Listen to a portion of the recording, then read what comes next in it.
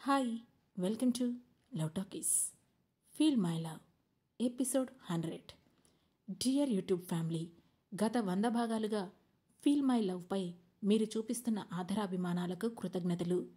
మీ అందరి ఆదరణతో ఈరోజు 100వ ఎపిసోడ్ను మీ ముందుకు తీసుకొచ్చింది మా లవ్ టాకీస్ ఛానల్. విని మీ అభిప్రాయాలను తెలియజేయండి. అలాగే అతి త్వరలో మరో కొత్త కథను కూడా మీ ముందుకు తీసుకురాబోతుంది మన ఛానల్. దయచేసి వినేవారంతా ఛానల్ను సబ్స్క్రైబ్ చేసుకొని మా కథలను ఆదరిస్తారని ఆశిస్తున్నాము. మీ ఆదరణ మాకు చాలా ముఖ్యం. అలాగే ఈ స్టోరీ మీకు నచ్చినట్లయితే హై పాయింట్స్ ఇవ్వడం మాత్రం మర్చిపోకండి. ఇక స్టోరీలోకి వెళ్దామా? ఫ్లాట్లోకి తీసుకువచ్చాక రుద్ర తన దగ్గరికి వస్తూ ఉంటే శ్వేత వెనక్కి అడుగులు వేసింది. దాంతో ఆమె వెనక్కి జరుగుతూ గోడకు తగులుకుంది. అలానే ఆగిపోయింది. ఆమెకు అత్యంత దగ్గరగా వచ్చిన రుద్ర, ఇప్పుడు చెప్పు, నీ ప్రాబ్లం ఏంటి అని అడిగాడు. దాంతో ముఖం తిప్పుకొని, నాకు ఏ ప్రాబ్లం లేదు, నన్ను వదిలేస్తే నేను మా ఇంటికి వెళ్ళిపోతాను అని అంది శ్వేత. ఆ మాటతో, అక్కడ అంత ఓవరాక్షన్ చేసి నిన్నిక్కడి దాకా తీసుకొచ్చింది వదిలేయడానికేనా బంగారం? అస్సలు కాదు. నేను ఆల్రెడీ వాడికి చెప్పాను, వారం రోజుల్లో నిన్ను తీసుకొని ఇండియా వెళ్ళిపోతానని. ఇప్పటికే 2 days అయిపోయింది. సో టికెట్ బుక్ చేయనా, మనం ఇండియా వెళ్ళిపోదామా అని నవ్వుతూ అడిగాడు రుద్ర. ఏంటి, నన్ను తీసుకుని ఇండియా వెళ్తావా? అలా తీసుకెళ్ళడానికి అసలు నీకేం హక్కుంది అని అడిగింది శ్వేత. నువ్వు నా సహస్రవి, ఆ విషయం నా మనసుకు తెలుస్తుంది. అదే నీపై నాకున్న హక్కు అని అన్నాడు రుద్ర. నో, నేను సహస్రని కాదు, శ్వేతను మాత్రమే అని మొండిగా అంది శ్వేత. నువ్వు సహస్రవే, శ్వేతవి మాత్రం కాదు అని ఆమె వేలోనే అన్నాడు రుద్ర. దాంతో ఫుల్గా ఇరిటేట్ అవుతూ, అబ్బబ్బా, ఎలా చెప్తే నీకు అర్థమవుతుంది అని తల మీద చెయ్యి పెట్టుకొని అడిగింది శ్వేత. కానీ రుద్ర ఆమె మాటల్ని ఏమాత్రం పట్టించుకోకుండా, చూడు, నువ్విన్ని సంవత్సరాలు ఇక్కడికి వచ్చి ప్రశాంతంగా ఉన్నావు. కానీ ఈ 4 ఏళ్ళు నాకు ఎలా గడిచాయో నువ్వు ఊహించగలవా? అసలు నువ్వు నా నుంచి దూరంగా వెళ్ళిపోతే నేనుండలేనని తెలిసి కూడా నాకు దూరంగా వచ్చి ఇక్కడెందుకున్నావు? నాకిప్పుడు దానికి ఆన్సర్ కావాలి అని గొంతు పెంచి అడిగాడు రుద్ర. ఆ మాటతో ఏం సమాధానం చెప్పకుండా దిక్కులు చూడడం మొదలుపెట్టింది శ్వేత. దాంతో ఆమె 2 చెంపల్ని తన చేత్తో దగ్గరికి పట్టుకొని వత్తుతూ తన దగ్గరికి లాక్కున్నాడు రుద్ర. అతనేం చేయబోతున్నాడో అర్థమవుతున్న శ్వేత ఒక్కసారిగా అతన్ని వెనక్కి తోసింది. కానీ రుద్ర ఒక్క ఇంచు కూడా కదలలేదు సరికదా. ఇంకాస్త దగ్గరగా ఆమెను లాక్కొని గట్టిగా ఆమె పెదవులు అందుకున్నాడు రుద్ర. దాంతో ఇంకాస్త బలం పెంచి అతన్ని వెనక్కి నెట్టబోయింది శ్వేత. కానీ ఇక నెట్టే అవకాశం ఇవ్వకుండా ఇంకా గట్టిగా పట్టుకొని ఆమె కింద పెదవిని పంటి కిందికి తెచ్చుకొని గట్టిగా కొరికేశాడు. దాంతో వెంటనే అమ్మా అని అంది శ్వేత. కానీ ఆ వాయిస్ నోటి నుంచి బయటికి రాలేదు. అప్పటికే ఆమె పెదవి నుంచి చిమ్మిన వెచ్చని రక్తం అతని పెదవులను తాకడంతో ఆమె పెదవులను వదిలేసిన రుద్ర నవ్వుతూ ఆమె వైపు చూశాడు. చేత్తో తన పెదవి దగ్గర టచ్ చేసుకొని చూసిన శ్వేతకి రక్తం తగలడంతో, నీకేమైనా పిచ్చా, ఇంత హార్డ్గా కిస్ చేస్తావేంటి అని అరిచింది. Wow, what a improvement. Kiss చేయొచ్చు కానీ హార్డ్గా చేయొద్దు అని ఇండైరెక్ట్గా చెప్తున్నావా మిస్సెస్ శ్వేత అలియాస్ సహస్ర అని అన్నాడు రుద్ర. ఆ మాటతో, నువ్వు ఊరికే సహస్ర అని అనకు. ఆ సహస్ర ఎవరో నాకు తెలీదు. బహుశా నువ్వంటున్న ఆ సహస్ర చచ్చిపోయి ఉంటుంది. అది చచ్చి నా ప్రాణాల మీదకి తీసుకొచ్చింది అని కోపంగా అంది శ్వేత.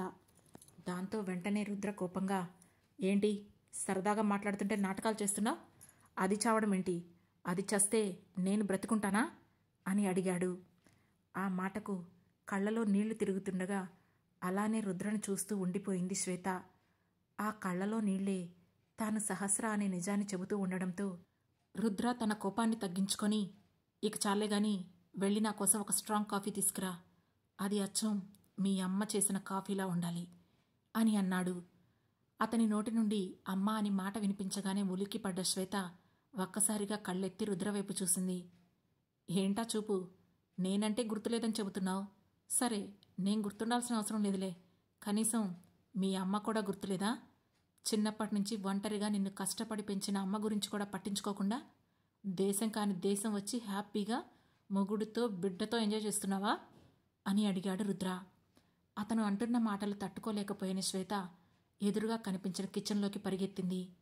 వెంటనే రుద్ర డోర్ తీసుకొని బయటికి వెళ్ళి ఎవరికో కాల్ చేసి మాట్లాడి పెట్టేశాడు. ఆ తర్వాత విశిష్టకి ఫోన్ చేసి ఫ్లాట్కి రా అని చెప్పి తిరిగి ఇంట్లోకి వచ్చి కూర్చున్నాడు. అప్పటి వరకు వాళ్ళ ఫ్లాట్స్కి ఎదురుగానే ఉన్న కేఫ్లో నూడిల్స్ లాగిస్తున్న విశిష్ట, దియా ఆ ఫోన్ కాల్తో అది కంప్లీట్ చేసి ఇంట్లోకి వచ్చారు. అదే టైంలో ట్రేలో కాఫీ పట్టుకొని వచ్చింది శ్వేత. ఆ సీన్ చూసిన విశిష్ట, వావ్ బావా, వాట్ ఏ సీన్! మా అక్క ఇందాక నువ్వెవరో తెలియదన్నది కదా బావా, ఇప్పుడేంటి ఏకంగా కాఫీ ప్రిపేర్ చేసి నీకోసమే తీసుకొచ్చింది అని నవ్వుతూ అడిగింది. నా ట్రీట్మెంట్ అలానే ఉంటుందిలే అని అన్నాడు రుద్ర. ఆ మాటతో చురుక్కున అతని వైపు చూసింది శ్వేత. ఆ చూపులాపి, ఇంతకీ నీ వీసా పాస్పోర్ట్ ఎక్కడుంది, అది చెప్తే తెప్పిస్తాను అని కూల్గా అంటూ కాఫీ తీసుకున్నాడు రుద్ర. ఎందుకు, వాటితో నీకేం పని అని ఆశ్చర్యంగా అడిగింది శ్వేత. నా పాస్పోర్ట్ వీసా కనిపించడం లేదు, నీవి అప్పుగా వాడుకుందామని అని వెటకారంగా అన్నాడు రుద్ర. ఆ మాటతో అంటూ అర్థం కానట్లుగా చూసింది శ్వేత. మరి లేకపోతే పాస్పోర్ట్ వీసా ఎందుకు అడుగుతారో తెలీదా? అయినా ఇక నీకు డీటెయిల్స్ చెప్పే అవసరం కూడా లేదు. ముందు నీ పాస్పోర్ట్ వీసా ఎక్కడున్నాయో చెప్పు అని అడిగాడు రుద్ర. ఇంట్లోనే ఉంది అని చెప్పింది శ్వేత. సరే, నువ్వు వెళ్ళి తెచ్చుకుంటావా, నన్ను తెప్పించమంటావా అని అడిగాడు రుద్ర. నేను తెచ్చుకోను, నువ్వు కూడా తెప్పించాల్సిన అవసరం లేదు. నన్ను వదిలేస్తే నేను ఇంటికి వెళ్ళిపోతాను అని అంది శ్వేత. ఆమె పదే పదే అదే మాట చెబుతూ ఉండడంతో ఇక సహనం నశించిన రుద్ర తన చేతిలో ఉన్న కాఫీ కప్పుని నేలకేసి బలంగా కుట్టాడు. దాంతో ఆ కప్పు భళ్ళున పగిలిపోయింది. ఆ శబ్దానికి అక్కడున్న అందరూ ఉలిక్కిపడ్డారు. అప్పటి వరకు నార్మల్గా నుంచున్న దియా కూడా ఉలిక్కి పడడంతో అది గమనించిన రుద్ర కూర్చున్న చోటు నుంచి లేచి దియాని చూసి 2 చేతులు చాపాడు. దాంతో దియా పరిగెత్తుకుంటూ అతని చేతుల్లోకి వచ్చింది. అది చూసి, నా కూతురికి ఉన్న సెన్స్ కూడా నీకు లేదు. నేను తండ్రినని తనకు చెప్పనే లేదు. కానీ నువ్వు చిన్నప్పటి నుంచి తనకి వరుణే తన తండ్రి అని చెప్పుకుంటూ పెంచావు. అయినా కూడా చూడు, ఇప్పటి వరకు పెంచిన అతన్ని కాదని నా దగ్గరికి ఎలా వస్తుందో. మరి నువ్వున్నావు ఎందుకు? ఇన్నేళ్ల నుండి ఎంత చెబుతున్నా ఏది తలకెక్కించుకోవడం లేదు. ఇక నీకు చెప్పడం వేస్ట్. అయినా నేను కూడా నిన్ను బలవంతంగా ఇక్కడ ఉంచాలని అనుకోవడం లేదు. ఇక నువ్వెళ్ళు, నా కూతురు దియా నాతోనే ఉంటుంది అని చెప్పాడు రుద్ర. ఆ మాటతో షాక్ అవుతూ, అదేంటి, దియా నీతో ఉండడం ఏంటి, తను నా కూతురు అని అంది శ్వేత. నీ కూతురు ఎలా అయింది? ఆ రోజు నేను బలవంతంగా నిన్ను అబార్షన్ చేయించుకోకుండా ఆపబట్టే అయింది. లేదంటే ఆ రోజు అబార్షన్ చేయించుకుంటానన్నావు కదా, ఆ రోజు అదే చేసుంటే ఈరోజు దియా ఉండేదా? నా వల్లే దియా బ్రతుకుంది. సో ఇది నా బేబీ, తనపై నీకు ఎలాంటి హక్కు లేదు అని చెబుతూనే రూమ్లోకి వెళ్ళి గట్టిగా రూమ్ డోర్ క్లోజ్ చేసుకున్నాడు రుద్ర. అతని మాటలకి ఎలా రియాక్ట్ అవ్వాలో, అసలు వాటిని ఎలా అర్థం చేసుకోవాలో తెలియని శ్వేత అక్కడే ఉన్న సోఫాలో నీరసంగా కూర్చుండిపోయింది. ఆమెను చూస్తే జాలిగా అనిపించినా విశిష్ట తన దగ్గరికి వెళ్ళబోయింది. ఇంతలో మరోసారి డోర్ ఓపెన్ చేసిన రుద్ర, ఏంటి ఇక్కడే కూర్చున్నావు? నువ్విక్కడ ఉండాల్సిన అవసరం లేదు, నీకు నచ్చిన చోటికి వెళ్ళు అని చెప్పి విశిష్ట వైపు చూసి, ఏంటి విషి, తన దగ్గరికి ఎందుకు వెళ్తున్నావు? నీకు ఫ్లైట్ టైం ఇంకా అవ్వలేదా? వెళ్ళి లగేజ్ ప్యాక్ చేసుకుని ఎయిర్పోర్ట్కి వెళ్ళు అని అన్నాడు. ఇన్ని రోజుల్లో ఏ రోజు అతన్ని అంత కోపంగా చూడని విశిష్ట చకచకా తన రూమ్కి వెళ్ళి లగేజ్ ప్యాక్ చేసుకుని క్యాబ్ బుక్ చేసుకుంది. వెంటనే ఫ్రెష్ అయ్యి తన లగేజ్ కూడా తీసుకుని బయటికి వచ్చింది. శ్వేత ఎక్కడ కూర్చొని ఉందో అక్కడే ఉంది. ఆమెతో మాట్లాడకుండా వెళ్ళి రుద్ర రూమ్ డోర్ కొట్టి, బావా నేను స్టార్ట్ అవుతున్నాను అని చెప్పింది విశిష్ట. ఆ మాటతో రూమ్లో నుంచే, సరే ఇండియా రీచ్ అవగానే కాల్ చేయి అని అన్నాడు రుద్ర. దాంతో ఓకే బావా అని చెప్పిన విశిష్ట శ్వేత దగ్గరకు వెళ్ళి, అక్క ఇప్పటికైనా బావ ప్రేమను అర్థం చేసుకొని తిరిగి ఇండియా వచ్చాయి. తనకి నువ్వంటే చాలా ఇష్టం. నీకోసం చైర్మన్ పదవి కూడా వద్దనుకున్నాడు. తనని అర్థం చేసుకో అని చెప్పి బయటికి వెళ్ళిపోయింది. వెళుతున్న ఆమెనే చూసిన శ్వేత ఆలోచనలో పడింది. ఇదేంటి, రుద్ర పాపనివ్వనంటున్నాడు. పాప లేకుండా వెళ్తే వరుణ్ నన్ను రాణిస్తాడా? అసలైనా నేనెలా నా పాపను వదిలేస్తాను? నా పాప ఎక్కడ ఉంటే నేను కూడా అక్కడే, కానీ ఇతని దగ్గర మాత్రం ఉండకూడదు అనుకుంటూ అంతులేని ఆలోచనల నడుమ అలాగే వెనక్కి వాలి నిద్రలోకి జారుకుంది శ్వేత. మరోవైపు రూంలోకి వెళ్ళిన రుద్ర బెడ్పై వాలి తన పొట్టపై దియాని కూర్చోపెట్టుకొని 2 చేతులు పట్టుకొని, ఏరా ఏంజెల్, నేను పిలవగానే వచ్చేశావు? ఏంటి నువ్వు? నీకు నా దగ్గరుంటే భయం లేదా అని అడిగాడు. నో రుద్ర, నాకేం భయం లేదు. నాకు నీతో స్పెండ్ చేయడం చాలా హ్యాపీగా ఉంది అని 2 చేతులు చాపుకుంటూ చెప్పింది దియా. ఆ మాటతో హ్యాపీగా ఫీల్ అవుతూ, very good my little Angel, నా కూతురంటే ఇలానే ఉండాలి అని దియా నుదుటిపై ముద్దు పెట్టుకున్నాడు రుద్ర. ఆ ముద్దుకే మెలికలు తిరిగిపోయిన దియా, రుద్ర, నువ్వు మమ్మీని నన్ను ఇక్కడికి తీసుకొని ఎందుకొచ్చావు అని అడిగింది దియా. ఇక నుండి నువ్వు మీ మమ్మీ నాతోనే ఉంటారు, అందుకే నిన్ను ఇక్కడికి తీసుకొచ్చాను అని చెప్పాడు రుద్ర. అతను చెప్పింది విని చప్పట్లు కొట్టిన దియా, సూపర్ రుద్ర, నేను నీతోనే ఉంటాను, మళ్ళీ మమ్మీ డాడీ దగ్గరికి వెళ్ళనంటే వెళ్ళను అని అంది. ఆమె మాటలకు ఏదో అనుమానం వస్తుంటే, ఇదేంటి ఇంత చిన్నపిల్ల ఇంత త్వరగా పరిచయమైన నాతో ఉంటానంటోంది, ఇన్ని రోజులు పెంచిన వాళ్ల దగ్గరికి వెళ్ళనని ఎందుకంటోంది అని ఆలోచనలో పడిపోయాడు రుద్ర. కాసేపటికి దియా అలానే రుద్ర మీద పడుకొని నిద్రపోయింది. తనని జాగ్రత్తగా బెడ్పై పడుకోబెట్టిన రుద్ర డోర్ తీసుకుని బయటికి వచ్చాడు. బయట సోఫాలో అలానే పడుకొని కనిపించింది శ్వేత. ఆమె దగ్గరికి వెళ్ళి ఎదురుగా ఉన్న టీపాయ్పై కూర్చొని తననే చూస్తూ ఉండిపోయాడు రుద్ర. చాలా ఏళ్ల తర్వాత ఇదే ఆమెను అలా ఎక్కువసేపు చూడడం, ఆ క్షణాలు మిస్ చేసుకోవడం ఇష్టం లేక అలానే చూస్తూ ఉండిపోయాడు. అది అతని మనసుకు చాలా ఆనందాన్నిస్తుంటే, ఎందుకు నా నుంచి దూరంగా పారిపోవాలనుకుంటున్నావు సహస్ర? ఇప్పటికీ కూడా, ఇంత జరిగాక కూడా నువ్వే సహస్ర అని ఎందుకు ఒప్పుకోవడం లేదు? ఇన్ని సంవత్సరాలు ఏ కారణం వల్లనో నాకు దూరంగా ఉన్నావు. మరి మీ అమ్మకి, కవిత ఆంటీకి కూడా ఎందుకు దూరంగా ఉంటున్నావు? నాకు వీటన్నిటికీ సమాధానం తెలియాలి సహస్ర. వీటన్నిటికీ కారణమైన వాళ్ళని నేను వదిలిపెట్టను అని పళ్ళు పటపటా కొరుకుతూ అన్నాడు రుద్ర. మరోవైపు కాసేపు రుద్ర కారు కోసం వెతికిన వరుణ్ ఎంతకీ కనిపించకపోవడంతో వాళ్ళు ఎక్కడున్నారో తెలియక, అసలు రుద్ర ఎక్కడ ఉంటున్నాడో తెలుసుకోలేక పిచ్చెక్కిపోయాడు. ఎలా వాళ్ళని ఫైండౌట్ చేయాలో అర్థం కాక వెంటనే పోలీస్ స్టేషన్కి వెళ్ళి రుద్ర తన వైఫ్ని డాటర్ని ఎత్తుకెళ్ళిపోయాడని కంప్లైంట్ ఇచ్చాడు. ఆ తర్వాత బయటికి వచ్చి ఒక నెంబర్కి కాల్ చేశాడు. అవతల వైపు వాళ్ళు ఫోన్ లిఫ్ట్ చేయగానే, అసలు రుద్ర ఇక్కడికి వచ్చే సంగతి నువ్వు ముందే నాతో ఎందుకు చెప్పలేదు? వాడు వచ్చే సంగతి ముందే చెప్పుంటే నేను నా శ్వేతని వాడు కలవకుండా చేసుకునేవాణ్ణి కదా అని బాధగా అన్నాడు వరుణ్. ఏంటి ఈ వాయిస్లో బేస్ తగ్గింది? ఏం జరిగింది అని అడిగారు అవతలి వ్యక్తి. ఏం జరిగిందా? ఆ రుద్ర నా శ్వేతని ఎత్తుకెళ్ళిపోయాడు అని చెప్పాడు వరుణ్. అది వినగానే కంగారు పడుతూ, వాడు శ్వేతని ఎత్తుకెళ్తుంటే నువ్వేం చేస్తున్నావు? ఫొటోస్ తీసుకుంటూ కూర్చున్నావా? అసలు శ్వేత వాడితో ఎలా వెళ్ళింది అని అడిగారు అవతలి వ్యక్తి. శ్వేతేం వెళ్లలేదు, వాడే నన్ను కొట్టి తనను బలవంతంగా లాక్కెళ్ళాడు. అసలు పరిస్థితిని ఇక్కడి వరకు తెచ్చుకోవడమే మన తప్పు. ఇప్పుడు నేనేం చేయాలి అని అడిగాడు వరుణ్. ముందైతే వెళ్ళి పోలీస్ స్టేషన్లో కంప్లైంట్ ఇవ్వు అని చెప్పారు అవతలి వ్యక్తి. ఆల్రెడీ కంప్లైంట్ ఇచ్చాను, ఇప్పుడు స్టేషన్ బయటే ఉన్నాను. కానీ 2 రోజుల క్రితం ప్యారిస్ వచ్చిన వ్యక్తి ఎక్కడ ఉంటున్నాడో పోలీసులు మాత్రం అంత త్వరగా ఎలా కనిపెట్టగలుగుతారు? ఇదంతా కాదు, వాడు శ్వేతను తీసుకువెళ్ళాడు. ఇప్పుడు తన మనసు మార్చేస్తే అప్పుడు నా పరిస్థితి ఏంటి అని అడిగాడు వరుణ్. ఒక్క పూటలో అదంతా ఏం జరగదులే. అయినా శ్వేత అంత త్వరగా వాడి మాట వినదు, అందుకు నాది హామీ అని అన్నారు అవతలి వ్యక్తి. ఏమో, ఇన్ని రోజులు మనం కంట్రోల్లో పెట్టామనే నమ్మకంతో నువ్వలా అంటున్నావు, కానీ ఇప్పుడు ఆ కంట్రోల్ తను తప్పుతుందేమోనని నాకు భయంగా ఉంది అని అన్నాడు వరుణ్. షటప్ వరుణ్, నీ నుంచి ఇలాంటి మాటల్ని నేను అసలు ఎక్స్పెక్ట్ చేయలేదు. నాకు నచ్చదు కూడా.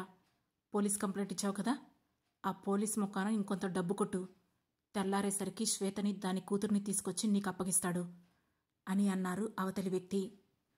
కానీ దాని కూతురు దియా ఉంది కదా, ముందు దాన్ని లేపేయాలి. దానివల్లే సిచ్యువేషన్ ఎంత దూరం వచ్చింది అని పళ్ళు పటపటా కొరికాడు వరుణ్. ఆ మాటతో, నువ్వు ఒక విషయం మర్చిపోతున్నావు. దానివల్లే ఇంకా శ్వేత నీ దగ్గరుంది, అది మర్చిపోకు. దియా ఎక్కడుంటే శ్వేత అక్కడే ఉంటుంది.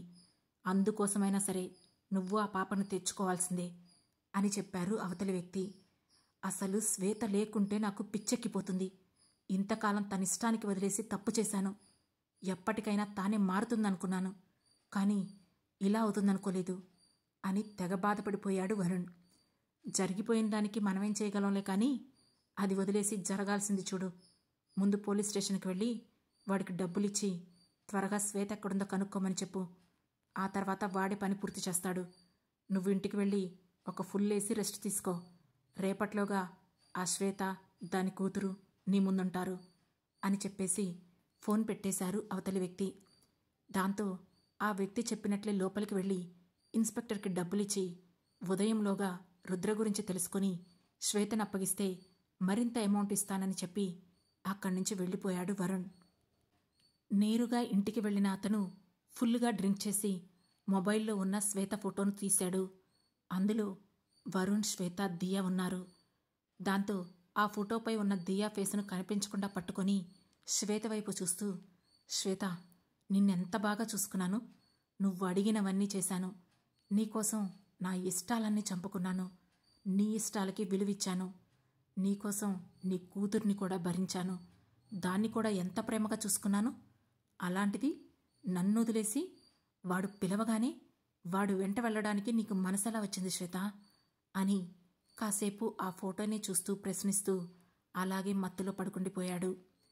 మరోవైపు నిద్రపోతున్న శ్వేతని చూస్తూ చూస్తూ చాలాసేపు గడిపేశాడు రుద్ర.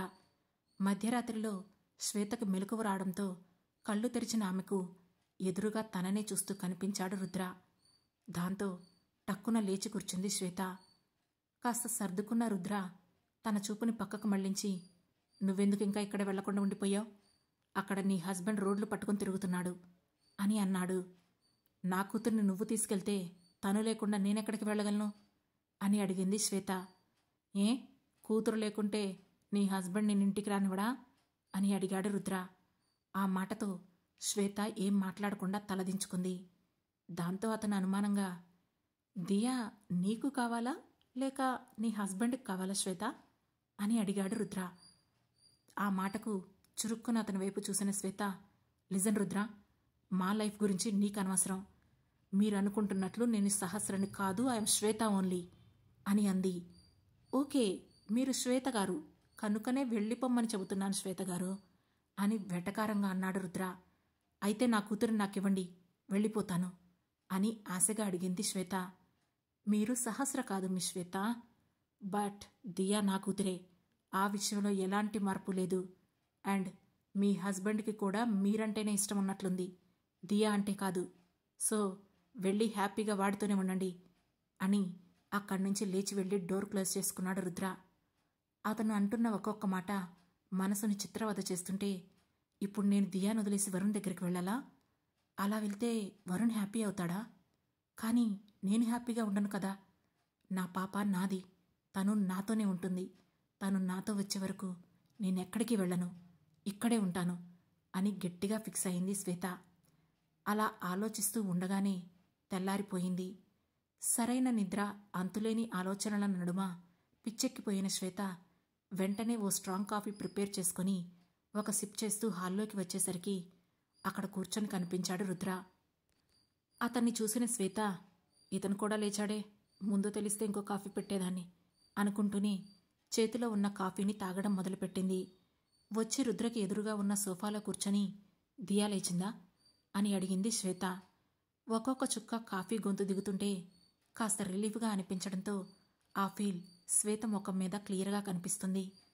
ఆమె అంత రిలీఫ్గా ఉండడం నచ్చని రుద్ర వెంటనే ఆమె చేతిలో కాఫీ కప్పు తీసుకొని తాను సిప్ చేయడం మొదలుపెట్టాడు. దాంతో కోపంగా రుద్రను చూసింది శ్వేత. ఆమె చూపుతో సంబంధం లేనట్లు కాస్త చల్లబడిన కాఫీని ఇష్టంగా తాగుతున్నాడు రుద్ర. ఇక తన కోసం మరో కాఫీ కలుపుకోవాలని అనుకున్న శ్వేత అక్కడి నుండి లేస్తూ ఉండగా డోర్ బెల్ మోగింది. దాంతో రుద్రవైపు చూసింది శ్వేత. నా మొహం చూస్తావేంటి, వెళ్ళి ఎవరొచ్చారో చూడు అని అన్నాడు రుద్ర. ఆ మాటతో విసుక్కుంటూనే వెళ్ళి డోర్ ఓపెన్ చేసి ఎదురుగా కనిపించిన వ్యక్తిని చూసి షాక్ అయింది శ్వేత. ఆ తర్వాత ఏం జరుగుతుందో తెలుసుకోవాలంటే వెంటనే మన లవ్ టాకీస్ ఛానల్ను సబ్స్క్రైబ్ చేసుకొని ఫీల్ మై లవ్లోని నెక్స్ట్ ఎపిసోడ్ను వినండి. మా ఈ కథ మీకు నచ్చినట్లయితే లైక్ చేసి, షేర్ చేసి, సబ్స్క్రైబ్ చేసుకొని అలాగే హై పాయింట్స్ని కూడా ఇచ్చి మమ్మల్ని సపోర్ట్ చేయండి.